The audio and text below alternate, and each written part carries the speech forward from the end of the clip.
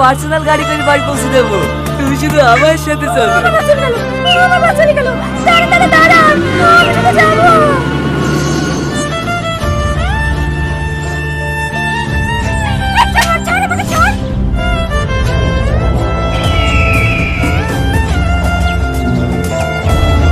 শাহিন, নিয়ে চলো জঙ্গলে।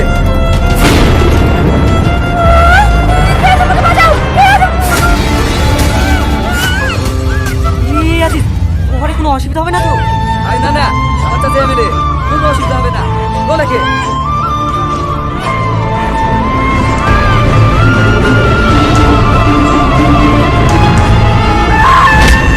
আবারও ধর্ষণের শিকার ইকে কলেজের ফার্স্ট ইয়ারের ছাত্রী রীতি খন্ডা। খবর সূত্রে জানা গিয়েছে গতকাল বাস স্ট্যান্ড থেকে কিছু দুষ্কৃতীরা জঙ্গলে টেনে নিয়ে গিয়ে একের পর এক নির্মমভাবে অত্যাচার করে তাকে হত্যা করেছে। পুলিশ তদন্ত করছে, এখনো পর্যন্ত খুনিদের কোনো হদিশ পাওয়া যায়নি। আর কতদিন চলবে এই অত্যাচার? মা বোনেরা কি আজ কোথাও সুরক্ষিত নয়? কি করছে আমাদের সরকার? জবাব চাই জনতা। দাঁড়িয়ে গেলেন যে, কিভাবে যাবো? সামনে দেখেন।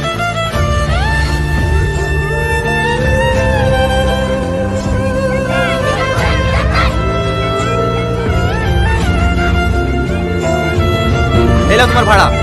কেন আপনি বাড়ি যাবেন না? লোকটা এই সময় যদি মানুষের পাশে না দাঁড়ায় তাহলে কখন দাঁড়াবো? তোমার মধ্যে কোনো বিবেক নাই? একটা মেয়ে ধর্ষণ হয়ে গেছে, যাও তাদের টুকু সাইড করে তুমি আসো।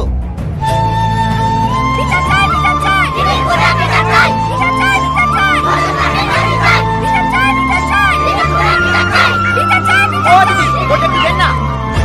বিচার চাই, বিচার চাই, বিচার চাই, বিচার চাই, বিচার চাই, বিচার চাই, বিচার চাই, বিচার চাই, বিচার চাই।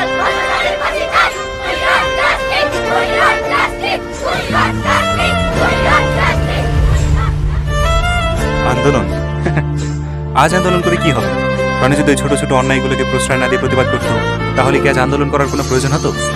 ভালো করে ভেবে দেখুন, আমরা ওই রনির মতো ছোট ছোট অন্যায়গুলোকে প্রতিনিয়ত প্রশ্রয় দিই, কিন্তু এটা ভাবি না যে ছোট ছোট অন্যায়গুলো একসময় বড় অপরাধের জন্ম দেয়।